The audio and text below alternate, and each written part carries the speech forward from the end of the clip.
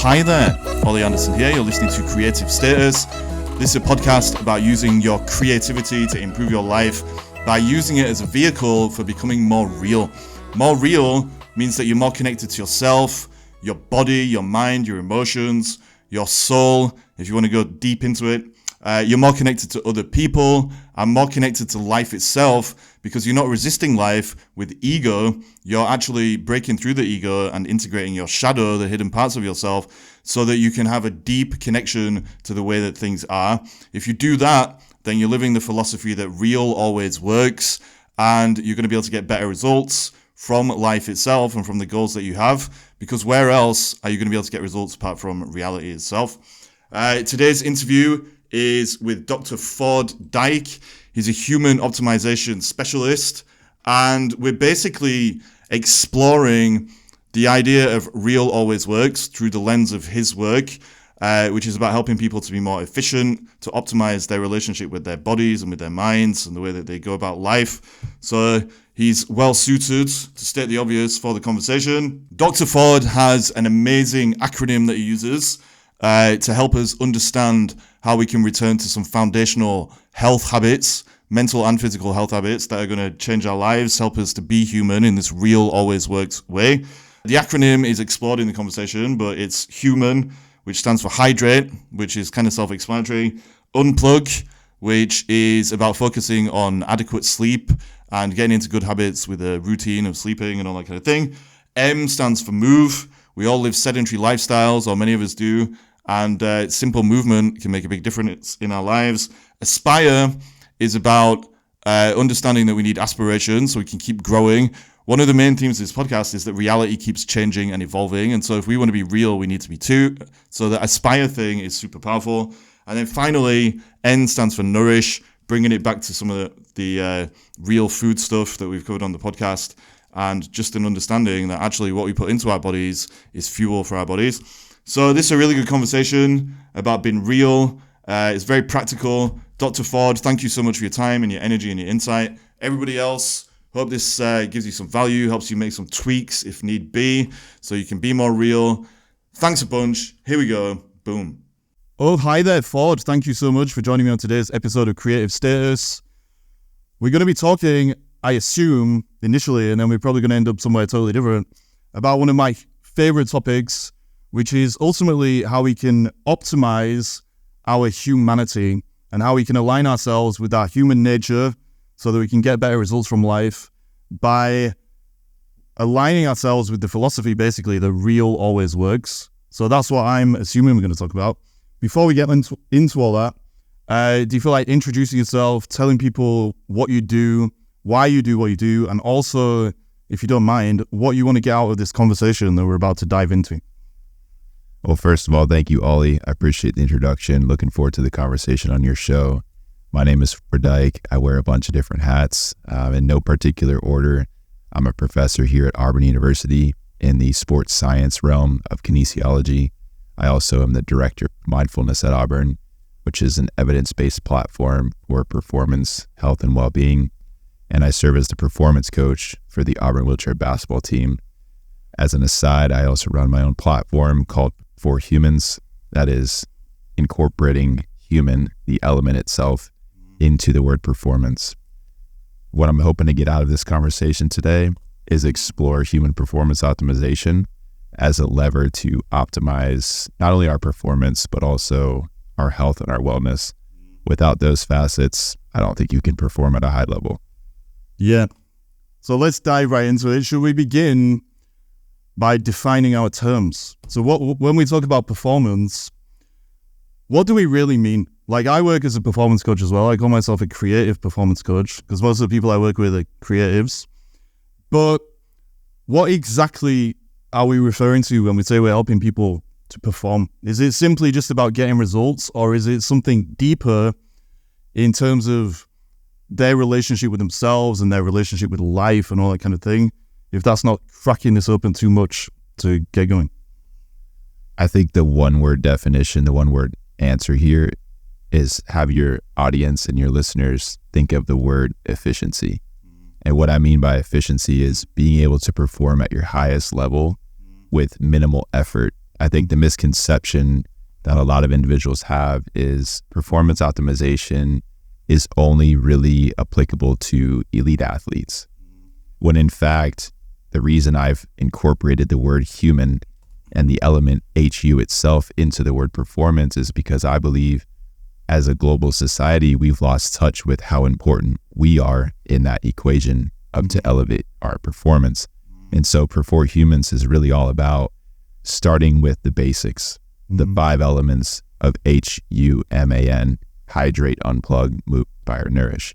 And this is not just for elite athletes. I happen to be a performance coach in the athletic realm, but I also work with clients in the military realm, in the C-suite executive levels, various facets of performance. I think every single human on this planet performs to some level, and it's all relative. And while we're here, which we're not here for very long, don't we want to perform at our highest level without sacrificing our health and wellness? That's not a rhetorical question. I think everyone's answer to that is, of course, yes. Yeah.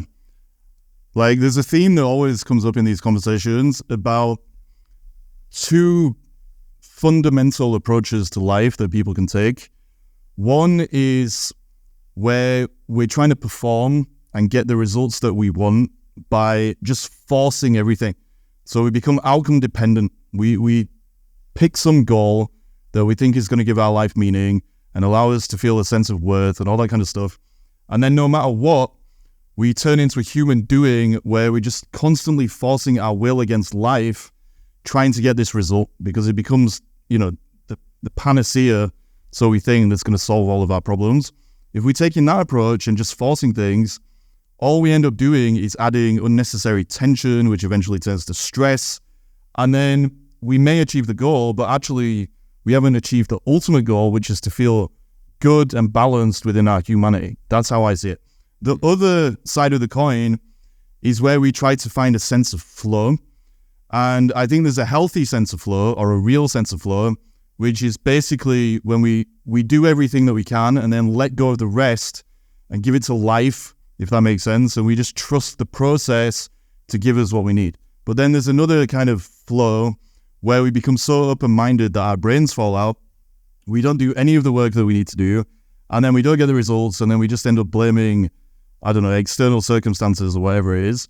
And so I think there's kind of a sweet spot where we're flowing by doing what we can, being as real as possible, but then accepting the reality that we can't control everything. And I suppose that's the way I like to see things when I'm coaching people, is that if we can align with that flow, then we're ultimately aligning with the truth about life. And that involves accepting what it means to actually be human. So I'm throwing loads at you, but how does that align with the work that you're doing with people? And I guess the lessons you've learned by, helping people reconfigure their relationship with performance? First of all, incredibly well said. And I'm glad that you brought up the notion of human doing. I think we forget about the fact that we are organisms, and it takes specific resources and intentions for us to be. Hence why my whole tagline of be human, just be. We get on this wheel and we start running the rat race and we become doers. And before we know it, we become out of balance. And our bodies don't thrive when they're out of balance. We thrive when we're in balance.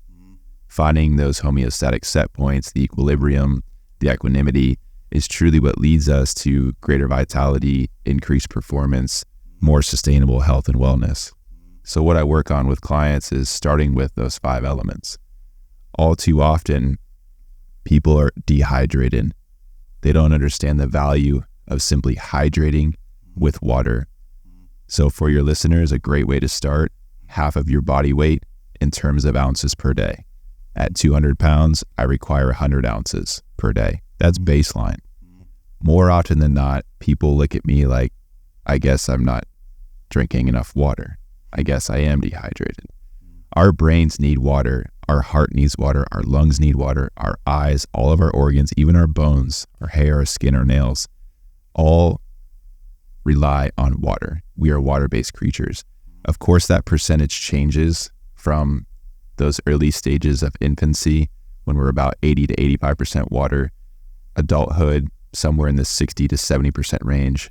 And then as we age and become elderly, somewhere back into that 65, even 55 range.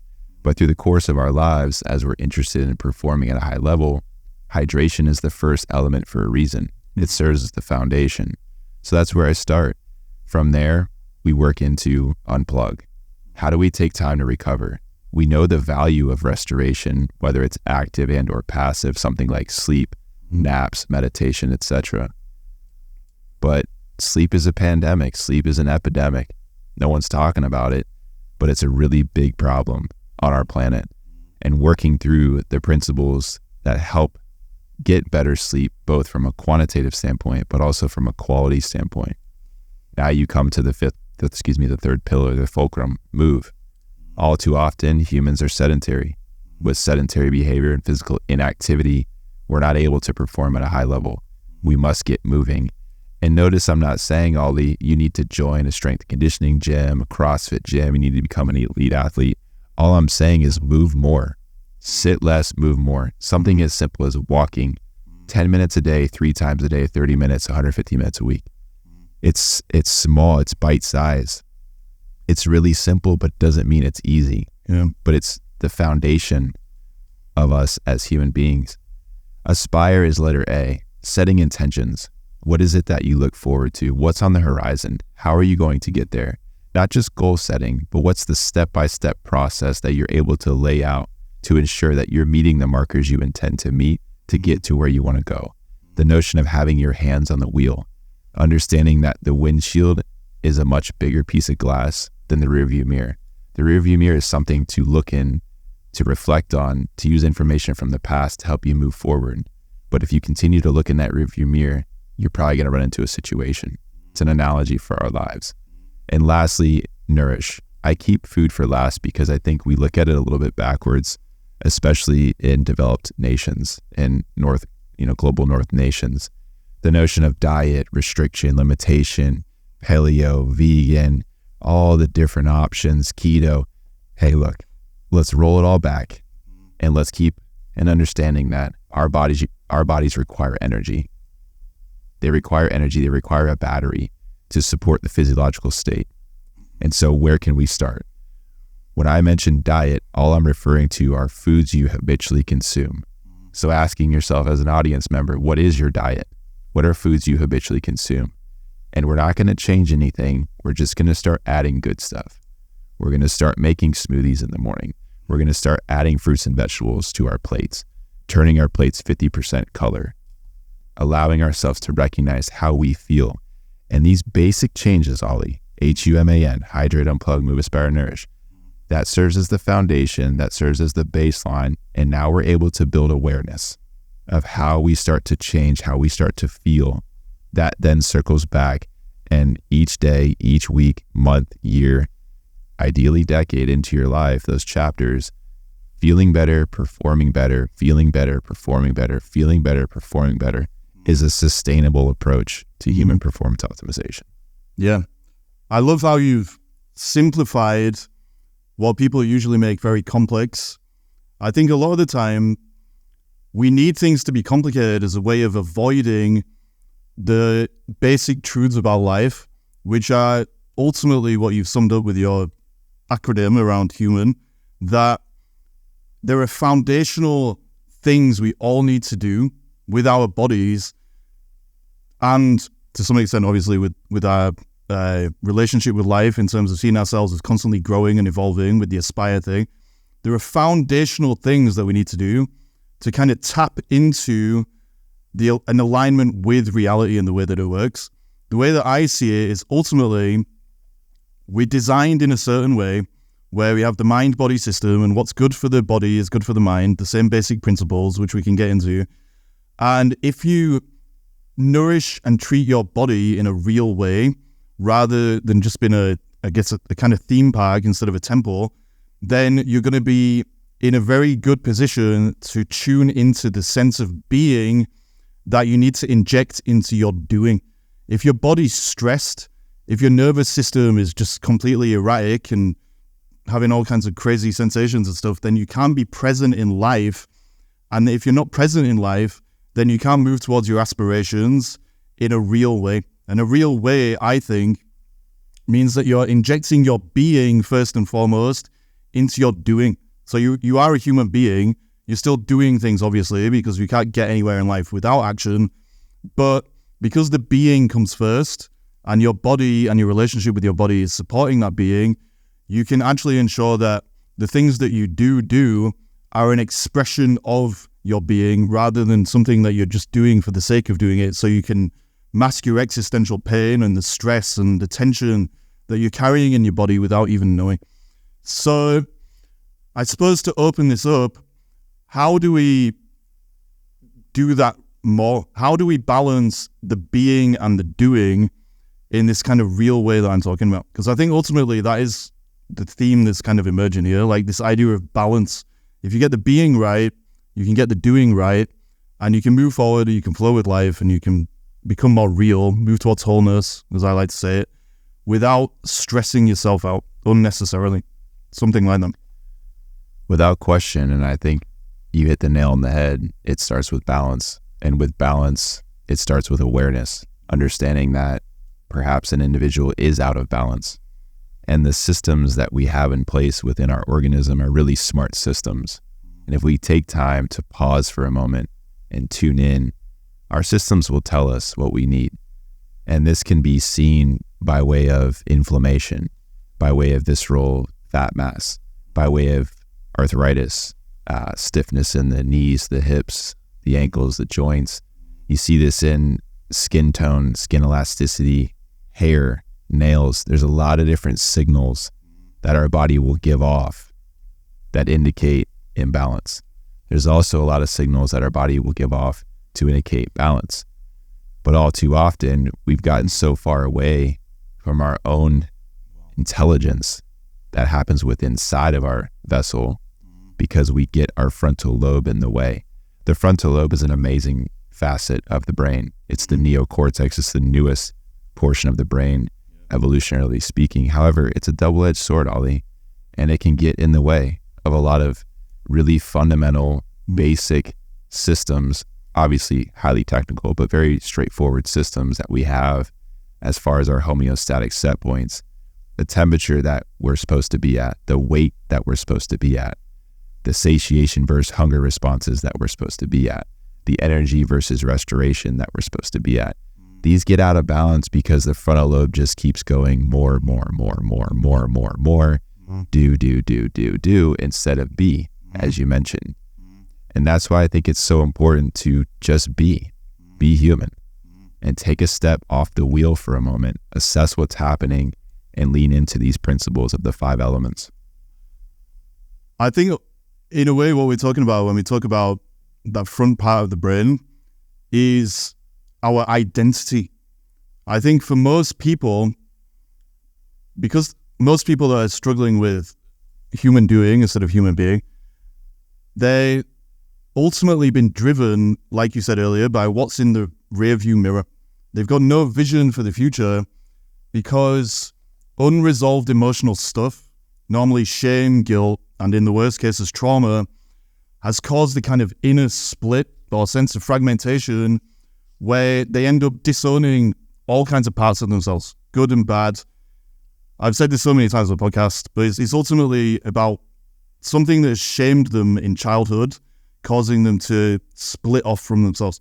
When that happens, they create this kind of false, fragmented version of themselves to survive life.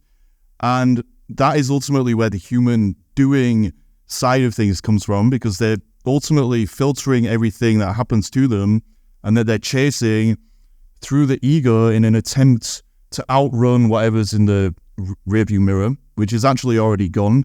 They're just holding onto it because of their, trauma and stuff like that. When we're filtering life through the ego like that, that's when we ultimately start to put friction between ourselves and life itself. And if we don't understand that, that's when we end up becoming totally dysregulated in relationship to our own bodies. We're living in the mind instead of the body, which is in the present moment. And It reminds me of this old Taoist thing, I think it was Taoism. I read it years ago. It said basically, if you're hungry, eat. If you're tired, sleep. If you're thirsty, like, drink. But actually these days, because so many of us are distracted by the world at large with all the, social media and all that stuff, but also because we have this filter of the ego that we've attached to, we eat because we think it's going to bring comfort. We either drink or don't drink because we're like bored or we're distracting ourselves or whatever it is. And we sleep according to our, I'm going to sound like a Marxist or something, like our socio-capitalistic routine rather than the rhythms of nature itself. And all of that ultimately is because we're living conceptually instead of experientially. And I think that's why the stuff you're talking about, getting back in touch with your body ultimately, and then moving towards your aspirations once you've done that, is a super powerful thing. So in relation to the identity stuff, how do you think that is affecting people's relationships with their humanity and the kind of balance that we're talking about? I'm glad you bring up the notion of identity, Ollie, because it's really interesting when working with clients and I hand them a sheet of paper and it says the letter I, space, AM, and then just a line. So I am. And I ask them to fill in the blank. And 9 times out of 10, people typically will write down the identity of who they are and the occupation that they reside in. So I am a student athlete. I am a chief financial officer. I am a mother. I am a F-16 pilot. Whatever the role that they assign themselves with becomes their identity. Yeah. And I think what happens is we start to look externally into that space, which disconnects us from those internal processes like we referenced earlier, all of the set points that we have. And what happens then after time, we're talking 5 years, 10 years, 15, 20, 3 decades down the line, we look back at the driver's seat to go back to the windshield versus the rearview mirror analogy, and we don't even know where the steering wheel, the accelerator, the brake, the wing mirrors, we're so disassociated from the vehicle, from the vessel, that we're not really sure where we're headed anymore. And we feel like we're lost. We feel like we're going in circles. But we become so accustomed to the identity, that's who we refer to ourselves as, we forget, first and foremost, we're human beings. So I want to spend time here breaking down the rear view mirror versus the windshield analogy even further. Awesome. What I mean by that is that as you're sitting in the driver's seat of the vehicle, you have your hands on the wheel, you're looking out the windshield. We spell windshield, W-I-N-D, shield. Those first 3 letters, WIN, is an acronym for what's important now. Not yesterday, not tomorrow, not what happened 3 weeks ago, not what's going to happen next year. What's important now? What's important now is not in the rearview mirror. What's important now is not in the wing mirrors. It may provide you information about the present moment, meaning reflecting from the past in order to set intention and aspiration for the future. But what's important now is happening in that windshield. That's going to allow you to drive the vehicle in the direction that you want to drive it into. If there's an obstruction in the way, you can manipulate, you can maneuver to go around that. If you need to speed up a little bit or slow down a little bit, that's going to allow you to regulate the accelerator versus the brake. But until we assign meaning to what's important now, in other words, the present moment, we will constantly be searching for information in those wing mirrors and in that rear view mirror. And before we know it, the vehicle's still moving forward, because that's an analogy for life. We can't stop time. We can't speed it up or slow it down. It's going to constantly move forward. We become into our elderly age and we look back and say, what the hell happened? Yeah. And if you start to observe society as a global unit of organisms, 8+ billion now, as of November 2022, we hit 8 billion with a B. It seems like the large majority of humans don't have their hands on the wheel. They're not looking through the windshield. They don't recognize what's important now because of the distractions, as you indicated, social media, technology, etc. And we become so far detached from that true driver one position. I think a lot of this work that we seem to be doing with our clients is showing them that they can take control of that steering wheel, and also showing them that what's important now is something that they have a lot more choice over than they may initially think. I think a lot of the time, if people are too attached to these nouns that they identify with, so I am a whatever, then it limits what they think is possible. And so what they are choosing to be of importance is often still a reflection of the past, because of their self-limiting beliefs, or just the way that the identity that they've attached to is blocking, the full expression of who they are, because it's keeping the shadow self at bay, or all those different things. And ultimately, if you can help people to reconfigure their identities and to realize that it's about that constant evolution, it's about constantly changing and evolving, then they can ultimately decide, okay, how am I going to navigate life to work with the change that is out of my control to get to a place that is aligned with what I do want to control about myself, if that makes sense. And I think, again, to go back to the human thing, it all starts with that. And in a way, like, the balance of human being and human doing comes back to accepting the holistic nature of human beings as being beyond good and bad, and being these kind of non-dualistic entities, if you want to say it like that, where, we're just a cocktail of all these things, good, bad, and anything in between, shades of grey. And only if you embrace that are you going to be able to, I suppose, escape from that need that people have to fill the void of, with all these distractions and everything that we're talking about. One thing I've really been thinking deeply about recently is just how there's the void itself, which comes from this disconnection that we've kind of alluded to, where, people are shamed in childhood and so on and so forth. And so they create this false identity for themselves that they don't realize is false. They think it's real because it becomes habitual.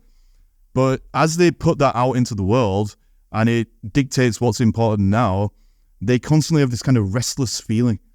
And unless they understand, like your work helps people understand, that it's about returning to their humanity, they'll try and fill it with all kinds of things. They'll fill it with, all the distractions that are common in the modern world, like alcohol or porn or like whatever it is that people decide they need to fill it with. That just makes the situation worse. And then eventually all of these things that they're trying to fill the void with, they become a kind of void within the void, because they become like gremlins that need feeding. They get withdrawal symptoms when they're not scrolling through social media, or they get withdrawal symptoms when they're not engaging in like empty relationships that they just kind of, they become codependently involved with to fill that void inside themselves and all that stuff. And so being human ultimately is about switching your focus from all of these addictive things, I guess, and these distracting things, just back to the truth. Like, I don't know if I'm making that too simplistic, but for me now, that's really how it seems. Being human in the realist terms is just about valuing the truth more than anything else, letting go of those distractions, which are ultimately a substitute for a relationship with the truth, which is why we feel the void in the first place, because we become disconnected. And if we can do that, then we kind of reach a state of humility, if you want to use that word, where we realize, okay, I'm a human being, but I'm also a human doing. And the balance is letting go of control as those two worlds, if you want to say that, kind of collide.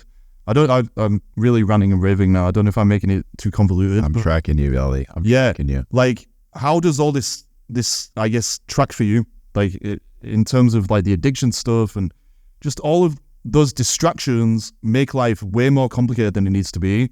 And if we can value just our own nature, really, like our own realness, then a lot of the problems kind of dissolve, and we find that balance that we're talking about.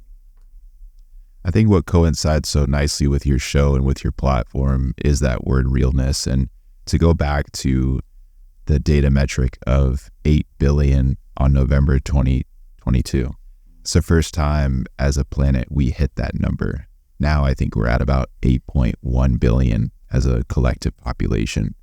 But when you start to think about that number, break it down further, the realness, the truth, Ollie, is the fact that 99.99999% of us as an organism, as a Homo sapien sapien, is exactly the same.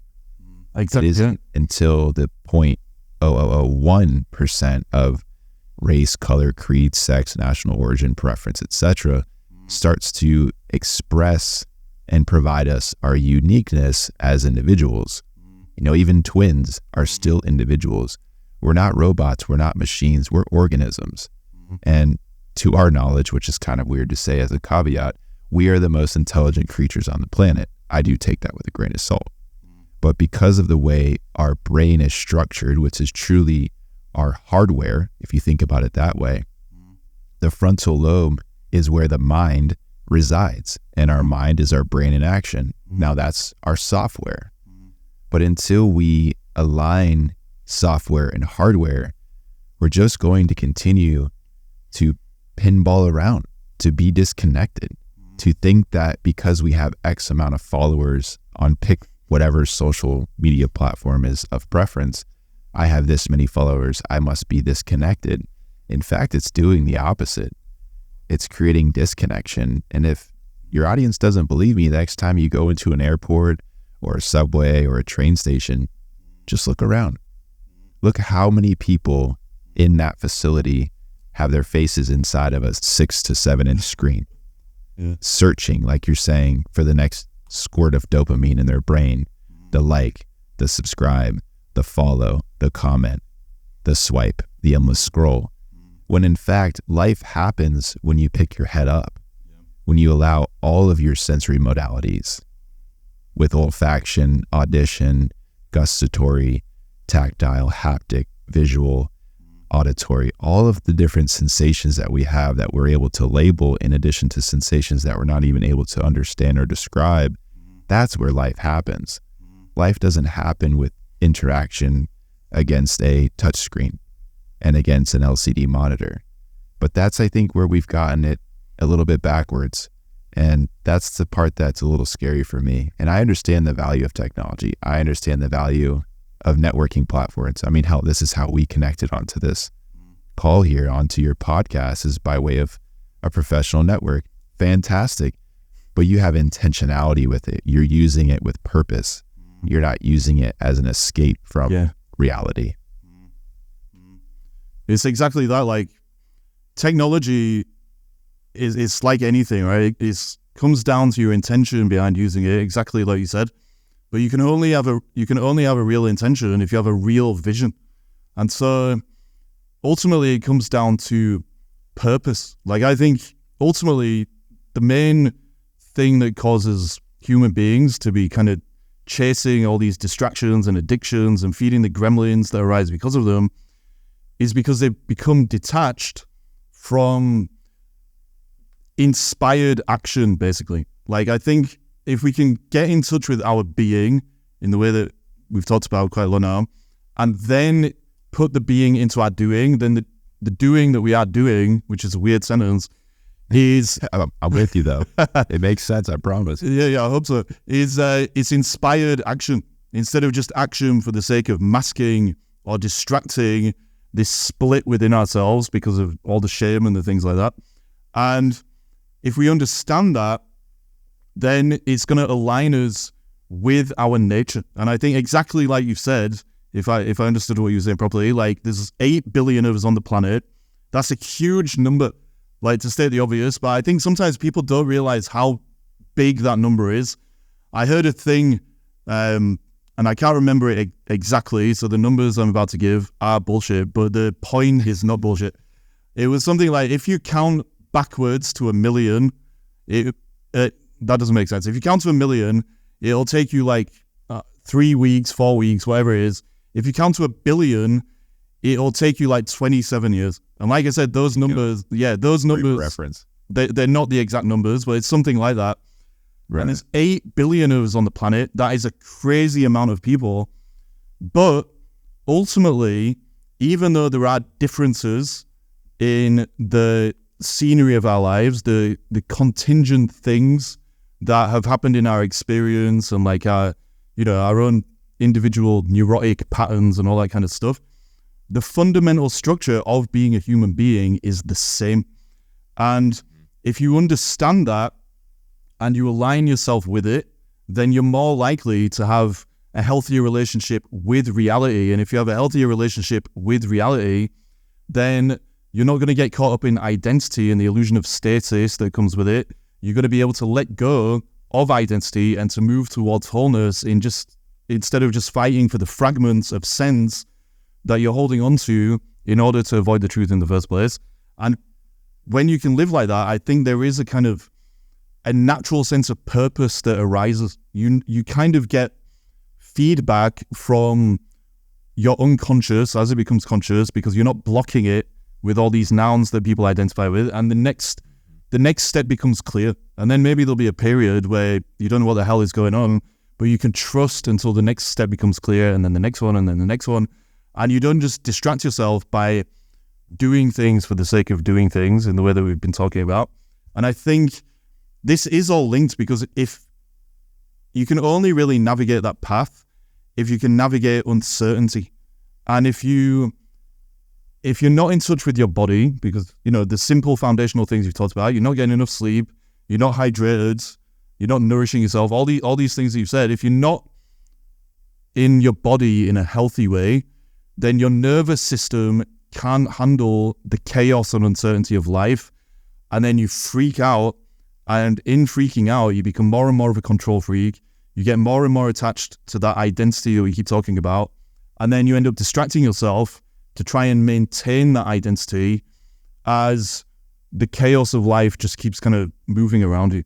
Something like that. And so it all ultimately comes back to aligning ourselves with our natural design, but also ensuring that our nervous system can handle the natural stress of life instead of running from stress as though it's a bad thing. Something like that. Like I've learned this from doing yoga. I do yoga every day, and I really think like it's just made it so much easier for me to handle stress and to take risks and to manage uncertainty without feeling like I'm losing myself, because my body ultimately knows that my identity is secondary to the body itself, if that makes sense.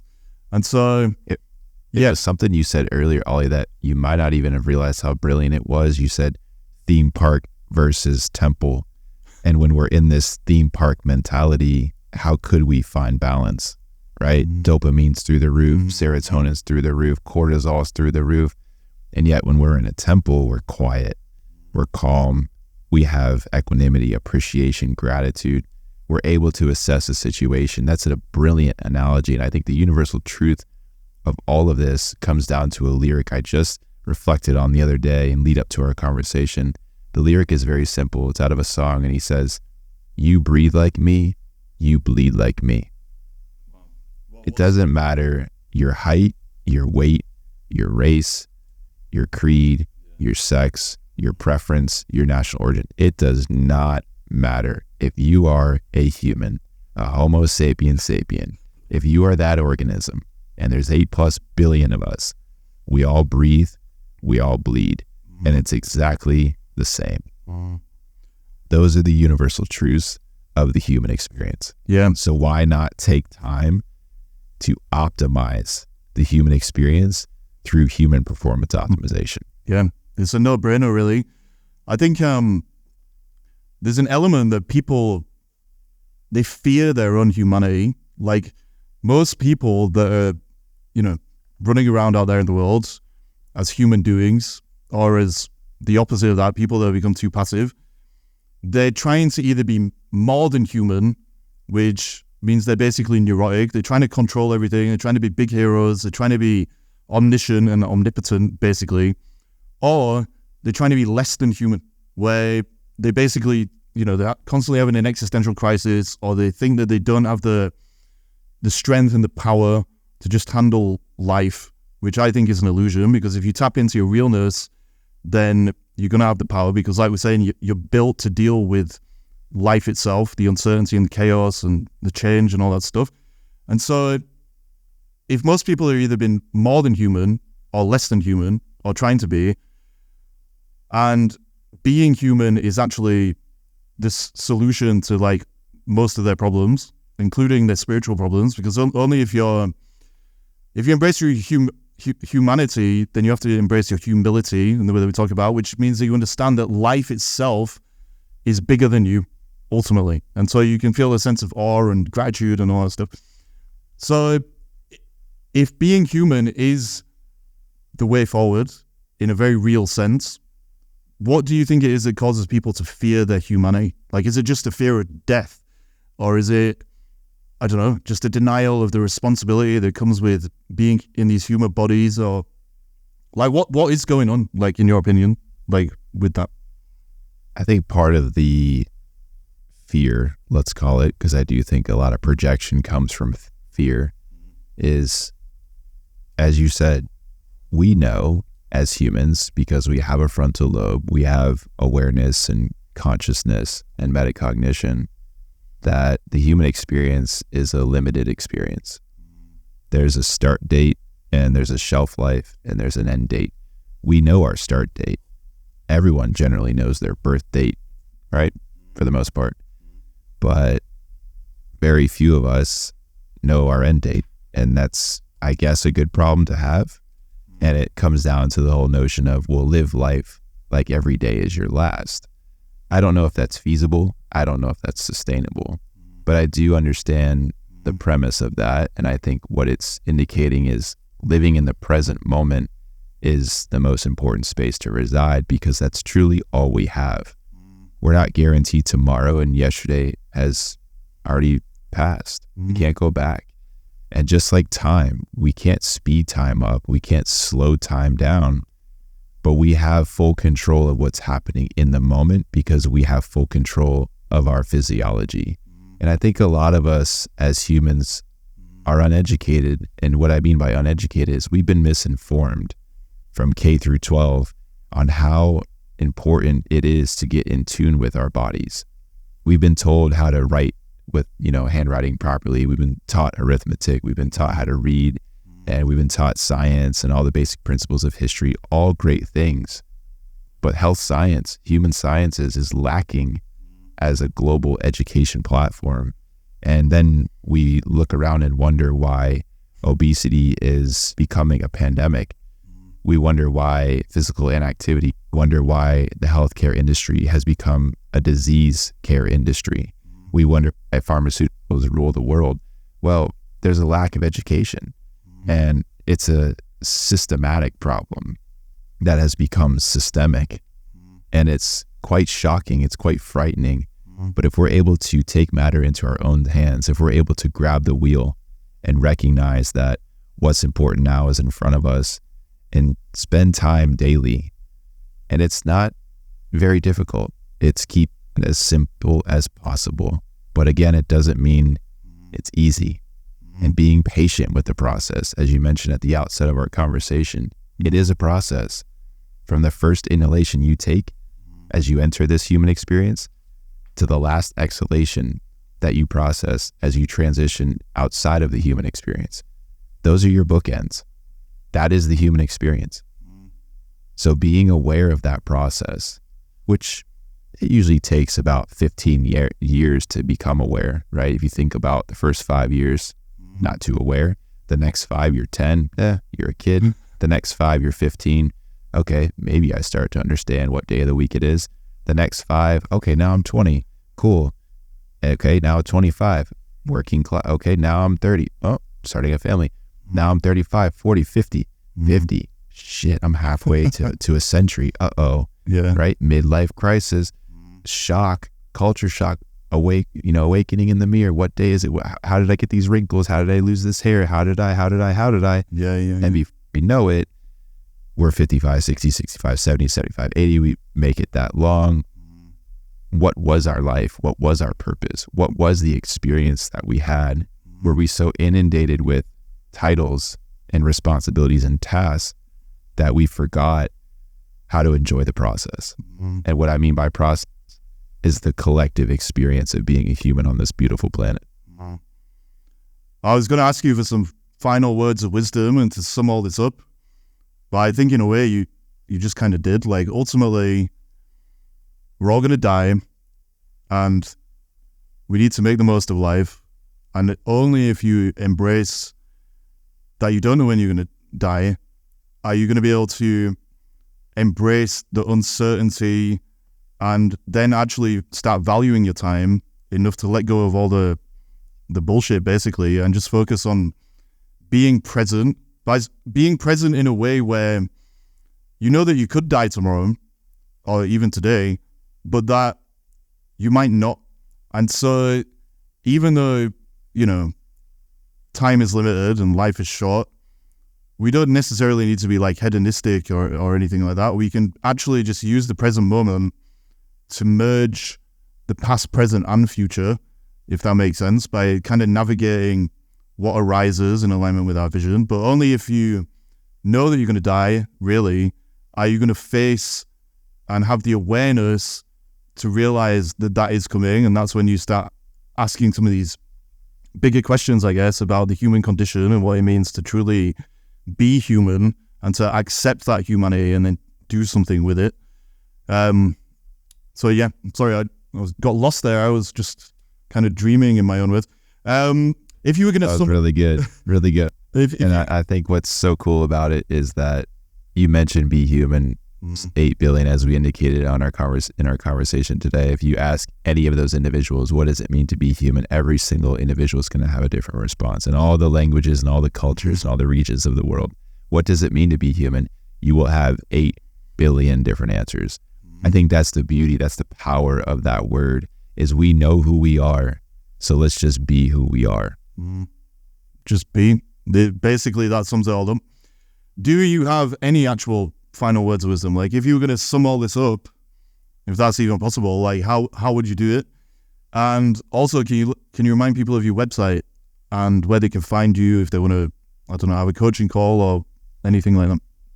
Absolutely. And again, Ollie, I appreciate the platform, man, the microphone and the headphones. It's always a cool opportunity to showcase, you know, different thought processes and experiences that I've had, and bouncing you as a mirror has been a lot of fun. So thank you again for having me on your show. I think to sum this up is what we've said. Life is short, and why not maximize the opportunity that we've been given? It's a pretty special experience, in my opinion. Maybe biased, but I do love the human experience. I'm quite obsessed with it, hence why I've gone so deep into this field. People can find me on my website, first name, last name, FORDDYK. It's fordyke.com. Also on LinkedIn, of course. I'm an active user. Send me a message and I'll get back to you as soon as possible. Schedule a virtual coffee and just discuss potential collaboration opportunities. But Ollie, thanks again, man. I really enjoyed this conversation today. I appreciate it. Ford, the feeling is more than mutual. This has been like awesome. So thank you so much. I'll share all your links and stuff in the show notes. But yeah, thanks again, man. It was awesome. Thank you, Ollie.